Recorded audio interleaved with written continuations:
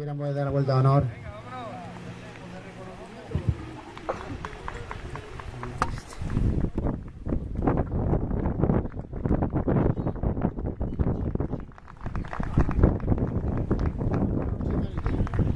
La entrega en efectivo en metálico, que también es otro premio importante, por la Secretaría.